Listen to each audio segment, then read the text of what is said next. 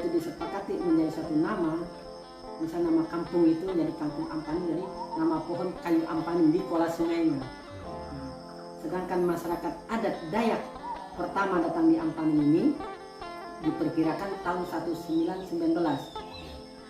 Mereka ini dari Ambawang, makanya Ampaning ini hari ini Ambawang kecil di Kuala Mandur B. Karena di kecamatan Kuala Mandur B ini, di sini ada rumpun Kanayat, ada rumpun Talaga, ada rumpun Ibanik, ada 3 rumpun di Binua Sungai Mani. Jadi kami Ampaning ini make rumpun adat Kanayat Sabamat Kalimawat.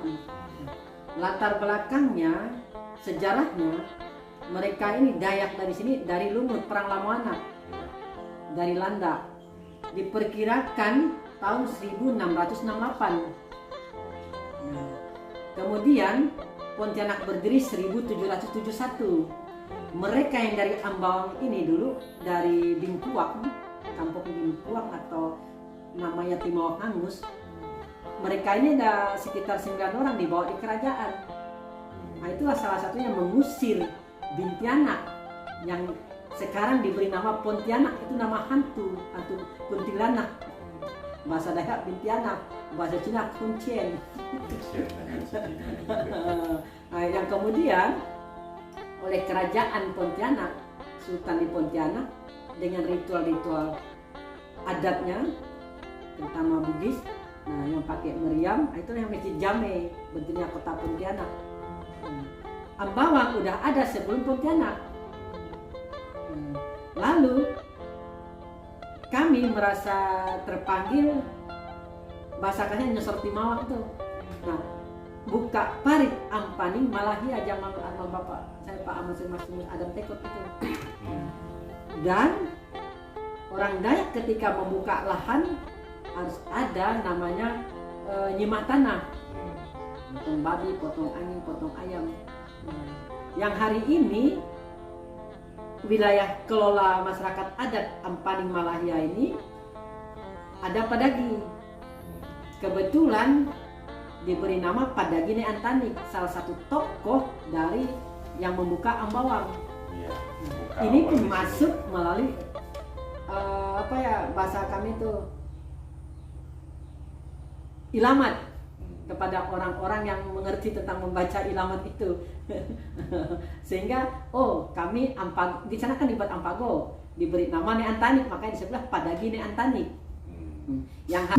Tetapi simbol-simbol barang-barang peninggalannya masih seperti tempayan, tunggul-tunggul pantaknya. Iya, Nah, kemudian diganti tahun 1999. Itu pun hilang. Sampailah Bupati Pak Kimhak datang, dibantu 500.000, dibantu oleh perusahaan 500, dibuatlah pondok walaupun semi permanen yang hari ini udah dirawat oleh PT BPK. Nah, kesepakatannya setiap tanggal 10 Agustus 2007 itu dibiayai full oleh PT BPK untuk ritual adat. Selain ritual adat, ada silaturahim, ya makan minum lah, ramah tamah. Nah, yang hari ini oleh PT BPK dan oleh masyarakat adat itu menjadi simbol bahwa itulah masyarakat adat pernah memiliki tanah di sana. Nah, jadi masyarakat adat yang memiliki tanah di sana sebagian besar kemarin menerima tawaran kompensasi 1.200.000 per hektar. Sebagian besar, sebagian kecil tidak mau menerima kompensasi, menerima tawaran yang diusulkan oleh Polda waktu itu Pak Sukrowardi Dahlan. Sampailah bupati kita Pak Muda Mainrawan. Nah, supaya ada konsep pemberdayaan masyarakat. Yang inilah yang kita manfaatkan ruangnya, pendapatnya, sehingga ada plasma. Yang hari ini orang nggak bekerja pun dapat uang. Contoh Pak Sahadan 2 hektar dapat 1.200.000 hektar per bulan. 2 hektar kan 2.400.000 nggak kerja. Per bulan ya, per bulan. Nah, apalagi ketuanya kan di BPK tuh plasma kita nih, plasma Dian Kasih ini mengedepankan tentang kasih. Koperasinya koperasi produksi Tujuh Bata, pengurusnya tidak mendapat honor. PT Bumi Pratama Katulistiwa konsen dalam konsep pemberdayaan masyarakat ini buktinya plasma. Dan tentang budaya HCP6 telah dibuktikan ada sertifikatnya HCP6 dari Asia. Nah, itulah salah satu niat positif PT Bumi Pratama Katulistiwa masuk dalam Wima Group memperhatikan, mendukung tentang keadatan masyarakat adat Dayak. Yang hari ini kami jaga jangan sampai ini dipakai ruang oleh orang untuk dipolitisi untuk sesuatu. Padahal ini sakral. Nah, lalu PT BPK karena dia mendapat legalitas dari negara, HGU sesuai dengan perundang-undangan secara sah, itu resmi. Masyarakat menyerahkan lahannya dulu sebagian besar dengan kompensasi juga resmi. Nah, sampai menunggu proses PT BPK mengelola lahan yang dapat legalitas dari negara. Masa HGU itu kan hukum yang mengandung hukum yang mengaturnya, undang-undang yang mengaturnya sesuai kemampuan PT BPK Wilmar Group yang mengelolanya. Nah, lalu hari ini ada oknum-oknum yang mengaku memiliki lahan, betul, tetapi mereka telah mendapatkan kompensasi. Contoh sebagian kecil kami masyarakat adat sana mendapat kompensasi tapi plasma. Kenapa harus bikin gaduh di dalam HGU? Di sana kan ada dampak positif, ada dampak negatif. Faktanya, kehadiran PT BPK tahun 1995 sampai dengan 1997 membuka keterisolasian antara kampung dan kota. Dulu orang Ampaning ini pergi ke Pontianak 4 jam naik motor air. Hari ini 1 jam bisa PP. Berapa kali itu dampak positif. Hari, ya? Dampak positif kedua, PT BPK itu membuka lapangan kerja. Iya. Tentunya kalau yang bekerja jadi kuli perusahaan harus ikut aturan ketenaga kerjaan dan kebijaksanaan PT BPK dalam meningkatkan produksinya, mengelola ekonomi, mengelola pendapatan dan sebagainya agar BPK tidak bangkrut. Nah, yang ketiga, PT BPK dengan badan hukumnya dia akan membayar pajak pada negara. Itu positif.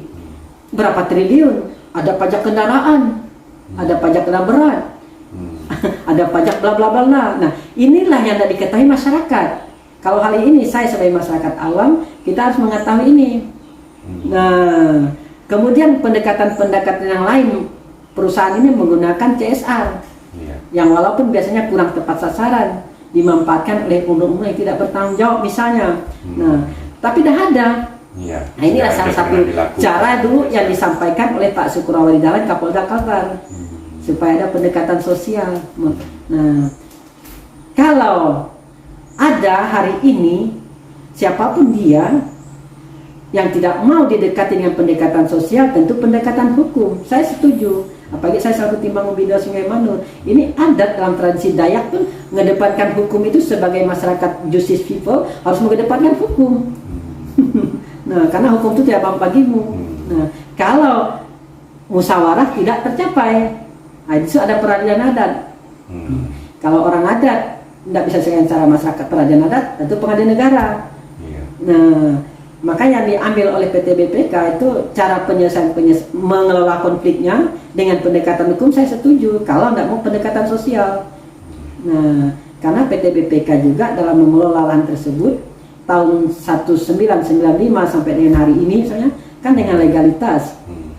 Nah, kemudian dampak negatifnya ada. Ini maksud saya, maksud kita dengan pendekatan budaya, dengan pendekatan sosial yang hari ini humasnya sangat konsen dengan cara pendekatan sosial pun beliau misalnya macam Bapak kan sebagai orang hukum. Nah, dengan pendekatan sosial salah satunya CSR. Misalnya menguntungkan bagi masyarakat adat Dayak. Kalau dulu disepakati, misalnya peternakan babi, dengan Madura peternakan sapi. Nah, tapi caranya harus yang modern.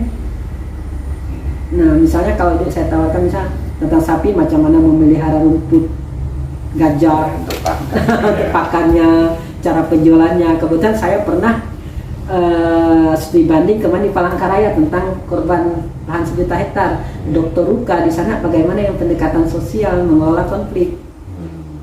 Korban itu kaya-kaya dengan pendekatan sosial, dengan CSR yang saling menguntungkan. Perusahaan memfasilitasi, misalnya menjual jahe, jual dengan marta tilaar. Dia berkebun tanpa mencangkul, tapi dengan polybag. Keramahan musim kemarau, tidak perlu kesulitan air karena disiram kan. Ya, perawatan setiap hari. Kemudian berternak ikan. Nah, kalau di PT BPK ini, saya lihat hari ini mudah-mudahan ada perubahan ke depan. Amin. CSR-nya selalu membuat apa yang diminta oleh orang, misalnya jalan raya, Iya. fasilitas jalan, fasilitas umum, itu kan urusan negara. Negara telah memberikan uang selesai kepada DD, dana desa, tentang pembangunan fisik jalan. BPK udah menyiapkan jalan yang ada di dalamnya. Syukur-syukur sekarang kan yang terbesar pengelola membuang air, menyalurkan air. Karena tanggung jawab PT BPK menurut yang saya tulis itu misalnya pembangunan perkebunan kelapa sawit PT BPK, ya kan harus ikut aturan kemarin. Jangankan, mohon maaf, ekosistemnya, sungainya ya dibunuh, ciptaan Tuhan. Harus ikut caranya. Makanya jangan heran ketika ada banjir, karena sungai-sungai tidak berfungsi dan tidak ada lagi. Nah, kalau bagi kami masyarakat adat, itulah tujuan ritual adat, agar penunggu-penunggu keramat tanah itu tidak murka. Nah, kita harus kelola menjalin hubungan dengan jubata, dengan Tuhan, dengan Allah, dengan ritual adat, agar tidak ada murkanya, karena kita telah merusak alam sedia kalanya, kemana ekosistemnya, hutan. Nah, itu sebenarnya tujuan ada padagi di sana untuk tempat ritual. Iya. Nah, mudah-mudahan nanti ke depan PT BPK memberikan ruang kepada yang merawat, yang mau peduli terhadap eksistensi adat masyarakat adat Dayak di sana tentang Padagi, yang tujuannya untuk ritual, untuk mencari keselamatan. Karena pada dasarnya Padagi itu sebagai wadah tempat untuk orang-orang mencari keselamatan. Nah, makanya dalam ritual adat itu agar pihak yang mengelola lahan itu mendapat kesehatan, selamat, orang yang berkonflik juga selamat, dan orang-orang yang mau memusuhi keberadaan atau tata kelola PT BPK ini tidak mempan. Karena yang benar itu harus benar, yang salah itu harus salah. Nah, tapi harus jangan sampai ada, mohon maaf kata bahasa orang Dayak, pagar makan tanaman. Jadi pertumbuhan PT BPK dipengaruhi oleh orang-orang seperti itu. Iblis akan berkuasa ke sana, setan. Nah, yang mudah-mudahan salah satu tempat sakral di sana, misalnya HCP 6 pada Gini Antani, di sana juga saya lihat ada surau, di sana juga ada lihat gereja. Nah, ini kan wadah-wadah untuk memberikan ruang kepada masyarakat penganut agama. Nah, kalau masyarakatnya berbalik menjadi masyarakat anarkis kan lucu. Sedang itu ruang mencari rezeki, mempertahankan kehidupan walaupun menjadi kuli di PT BPK, tapi kuli terhormat sesuai dengan rezeki yang diterima. Nah, itu makanya mudah-mudahan nanti kalau masyarakat adat ada orang-orang melihat Padagi itu, nanti itu jadi simbol orang. Karena kita melaksanakan kegiatan di sana walaupun setahun sekali setiap tanggal 10 Agustus, tapi ada efeknya untuk mempengaruhi orang-orang dengan ritual adat kita mencari selamat. Ya jangan membuat kegaduhan. Kamtipas nomor 1. Misalnya orang bekerja di PT BPK sesuai dengan kompetensinya, sesuai dengan gajinya, syukurilah. Itulah kan memang rahasia orang kampung, itu orang masyarakat adat. Masyarakat adat tidak mau mengambil hak orang. Kalau diambil hak orang, kita bersalah. Kalau kita melawan orang, kita berdosa. Nah, untuk menekan dosa ini kita harus dihukum adat. Nah, jadi jangan orang menghilangkan hukum adat padahal mereka bersalah. Nah, maka saya setuju dengan hari ini, yang hari ini pengelolanya selama mulai tahun 2022 ini harusnya 2 pendekatan dalam mengelola masalah, pendekatan sosial dan pendekatan hukum. Dan Dayak sebagai masyarakat adat yang disebut individual mendukung, karena kearifan lokal tadi tentang pendekatan sosial. Tapi masyarakat adat Dayak sebagai indigenous people, sebagai justice people, masyarakat hukum adat setuju dengan pendekatan hukum. Karena itu di masyarakat adat wajib. Nah, saya kira seperti itu.